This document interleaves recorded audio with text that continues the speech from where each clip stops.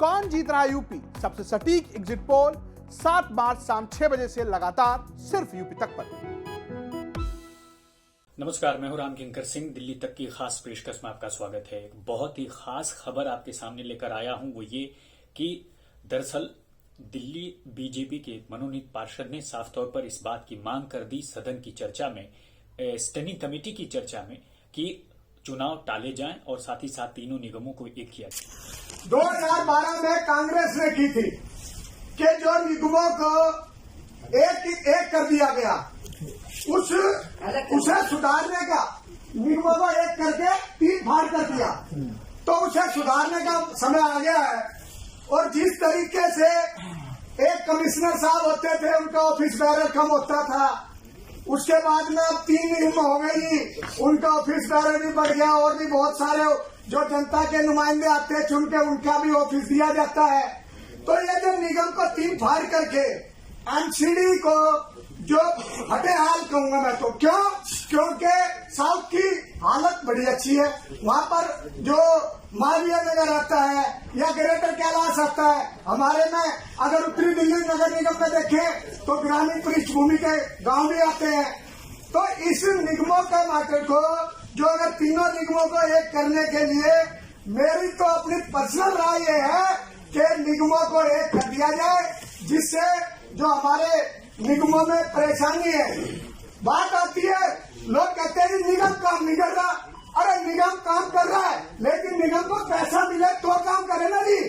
जब पता चलता है कि दिल्ली सरकार निगमों का फंड नहीं दे रही है, तो निगम कहाँ से काम करेंगे? तो इसमें मैं चाहता हूँ कि जो एमसीडी के इलेक्शन होने वाले हैं, बल्कि इसको भी 6 महीने एक्सटेंड कर देना चाहिए। मैंने आपको पहले ही एक वीडियो बनाया था और वीडियो बनाने के जरिए ये साफ तौर पर बताया था कि जब तीनों निगम एक हो जाते हैं तो उससे क्या फायदा होगा, और साथ ही साथ ये भी बताया था कि 2012 में इन एक निगम को तकरीबन 3 किया गया था, और तीनों निगम होने से क्या क्या दिक्कत हुई। दरअसल दिक्कत ये हुई कि बोझ ज्यादा पड़ गया, और बोझ ज्यादा पड़ने की वजह से रेवेन्यू जनरेशन निगम का था वो कम था, लिहाजा जो दिक्कतें हैं वो फंड क्रंच यानी सैलरी समय पर न मिलना, और ये सारी स्थितियां जो है निकल कर सामने आने लगी। और यही वजह है कि काफी दिक्कत और परेशानी का सामना जो लाखों कर्मचारी हैं दिल्ली नगर निगम के, उनको लगातार करना पड़ा। लिहाजा यह एक मांग एक बार फिर उठ गई है। आपको बता दें कि इसके कयास को काफी बल मिल रहा था। जैसे हर कोई दबी जुबान में बात कर रहा था, लेकिन कोई कहने से बच रहा था।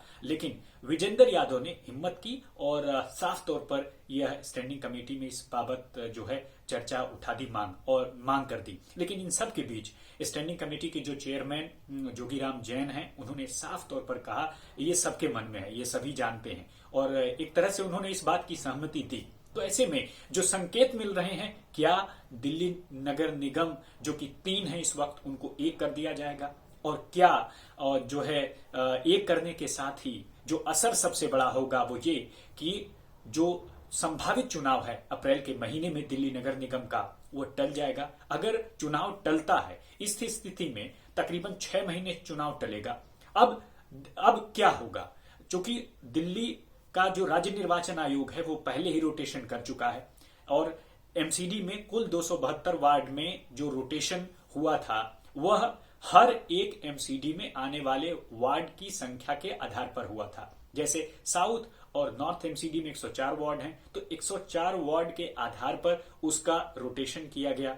तो और दूसरी तरफ अगर ईस्ट एमसीडी की बात करूं तो ईस्ट एमसीडी में 64 वार्ड हैं, 64 वार्ड के आधार पर उसका रोटेशन किया गया। तो स्थिति ये हो गई कि जितने भी चाहे मेयर हो, चाहे स्टैंडिंग कमेटी के चेयरमैन हो, चाहे दूसरे पार्षद हो, सबकी सीटों का जो समीकरण था वो पूरी तरह से बदल गया। और रोटेशन के बाद जो स्थिति आ गई वो ये कि जो पार्षद पिछले 5 सालों से काम कर रहे थे, वह कोशिश करते इस बार टिकट की लेने की, उनका टिकट ऑटोमेटिक अपने आप ही कट गया। अब दिक्कत ये है कि वह खुद कैसे लड़े, और किसी दूसरे के इलाके से लड़ने जाएं तो फिर कैसे? तो ये सिर्फ होटल की स्थिति काफी हो जाएगी। लिहाजा अगर तीनों निगम एक हो जाते हैं, यानी तीनों निगमों को मिलाकर जो 272 वार्ड बनता है, तब जो रोटेशन होगा वो कुल 272 वार्ड के आधार पर होगा, यानी 1 से 272 तक शुरुआत होगी। ऐसा नहीं कि 104 और 64 के आधार पर इसका बंटवारा किया जाएगा। तो अमूमन जब वो समीकरण निकलेगा तो वो फायदेमंद होगा। यानी अभी जो मौजूदा स्थिति है, कुछ एक अपवादों को छोड़ दें तो ऐसी स्थिति बनी रहेगी। तो ये सभी के लिए अच्छा होगा। एक तो दिल्ली बीजेपी के लिए सबसे बड़ा फायदा होगा कि 3 टर्म से वो इसमें है। एंटी इनकम्बेंसी जो कि लगातार कम हो रही थी और उसकी वजह से सारे टिकट कट रहे थे, उसके सामने थोड़ी स्थिति नासाज हो जाएगी कि आखिर अब वो करे क्या, किसको उतारे, किसको नहीं उतारे, किसको टिकट दे। और दूसरी तरफ आम आदमी पार्टी ने जो अभी हालिया रोटेशन होया उससे पहले पार्षदों का सर्वे कराया था, उनके जो अपने पार्षद हैं उनका कुछ की रिपोर्ट खराब रही, लिहाजा उन्हें संकेत मिला कि अब उन्हें टिकट नहीं मिलेगा। तो वो भी इस आस में बैठे हैं कि कुछ ऐसा हो, चुनाव टले और तकरीबन 6 महीने टले और उसके बाद की स्थिति बनेगी तो शायद उस हिसाब से उनको टिकट मिल जाए, उनका कंसिडरेशन एक बार दोबारा से आला कमान के जरिए हो जाए और फिर वो आगे चुनाव में बढ़ जाए। तो यह एक ऐसी स्थिति बन रही है राजधानी दिल्ली में जो कि सबके लिए फायदेमंद होगी, चाहे वो सत्तारूढ़ पार्टी हो, चाहे वो विपक्ष में बैठे लोग हों। कांग्रेस भी अपने तरीके से जमीन तलाशने की कोशिश में जुटी हुई है। और लेकिन दूसरे जो लोग हैं, जैसे आपको बता दें कि नगर निगम शिक्षक न्याय मंच, नगर निगम शिक्षक न्याय मंच कई दिनों से सैलरी की मांग कर रहा है। वह भी इस कोशिश में है कि अगर तीनों निगम एक होते हैं तो जाहिर तौर पर इससे सबसे ज्यादा फायदा उन कर्मचारियों को होगा, लाखों कर्मचारियों को होगा जिन्हें सैलरी वक्त पर नहीं मिल पाती। जरा सोचिए कि अगर किसी को सैलरी तकरीबन 5 या 6 महीने तक न मिल पाए तो उसके घर की, उसके परिवार की क्या स्थिति होगी। तो अंदाजा लगाया जा सकता है, सिर्फ सोच करके ही जो परेशानियां हैं वो सिहर उठती हैं, आंखों के सामने आ जाती हैं। लिहाजा मैं बार बार यही कह रहा हूं कि निगम के हक में होगा अगर तीनों नगर निगम एक हो जाते हैं, कर्मचारियों के हक में होगा अगर तीनों नगर निगम एक हो जाते हैं। मौजूदा स्थिति ये कहती है कि तीनों निगम अगर एक हो जाने की कोशिश में जुटी हुई है। और लेकिन दूसरे जो लोग हैं, जैसे आपको बता दें कि नगर निगम शिक्षक न्याय मंच, नगर निगम शिक्षक न्याय मंच कई दिनों से सैलरी की मांग कर रहा है। वह भी इस कोशिश में है कि अगर तीनों निगम एक होते हैं तो जाहिर तौर पर इससे सबसे ज्यादा फायदा उन कर्मचारियों को होगा, लाखों कर्मचारियों को होगा जिन्हें सैलरी वक्त पर नहीं मिल पाती। जरा सोचिए कि अगर किसी को सैलरी तकरीबन 5 या 6 महीने तक न मिल पाए तो उसके घर की, उसके परिवार की क्या स्थिति होगी। तो अंदाजा लगाया जा सकता है, सिर्फ सोच करके ही जो परेशानियां हैं वो सिहर उठती हैं, आंखों के सामने आ जाती हैं। लिहाजा मैं बार बार यही कह रहा हूं कि निगम के हक में होगा अगर तीनों नगर निगम एक हो जाते हैं, कर्मचारियों के हक में होगा अगर तीनों नगर निगम एक हो जाते हैं। मौजूदा स्थिति ये कहती है कि तीनों निगम अगर एक हो जाते हैं तो जाहिर तौर पर सैलरी का संकट खत्म हो जाएगा और स्मूथ फंक्शनिंग चलने लगेगी। तब शायद जो आरोप प्रत्यारोप का दौर है दिल्ली सरकार और दिल्ली बीजेपी के बीच में वो भी खत्म हो जाए।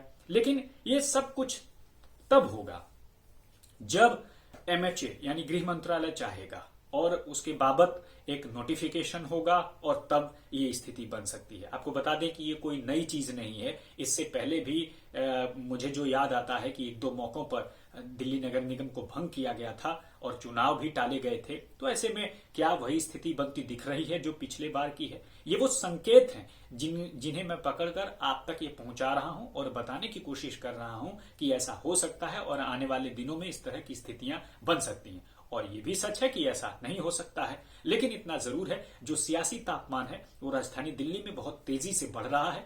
10 मार्च को उत्तर प्रदेश का जो चुनाव का रिजल्ट है वो आएगा। 12 मार्च को एक खास बैठक दिल्ली बीजेपी की आला कमान के साथ होने वाली है। पार्षदों के चेहरे काफी खिले हुए हैं, वो काफी खुश हैं, दबी जुबान में एक दूसरे से बात भी कर रहे हैं कि कहीं न कहीं आला कमान के कान में ये बात डाली जाए कि अगर रोटेशन हो जाता है तो उससे फायदा बीजेपी को ही होगा, क्योंकि जो नाराजगी चल रही है वो धीरे धीरे खत्म हो जाएगी। और हो सकता है कि 6 महीने के बाद कुछ और समीकरण बने, कुछ और परिस्थितियां बने, कुछ और माहौल बने जिसके जरिए वो उनके हक में ये चीजें आ जाएं। तो जाहिर तौर पर एक ऐसी चीज है जो सभी चाहते हैं और सभी बात कर रहे हैं, दबी जुबान में ही सही, लेकिन कोई किसी से कुछ कह नहीं रहा है। और इसके पीछे जाहिर तौर पर कुछ तो मजबूरियां रही होंगी, यूं ही कोई बेवफा नहीं होता। तो दिल्ली तक की खास पेशकश में इतना ही। मुझे और मेरी पूरी दिल्ली तक की टीम को इजाजत दीजिए। नमस्कार, शुभ रात्रि।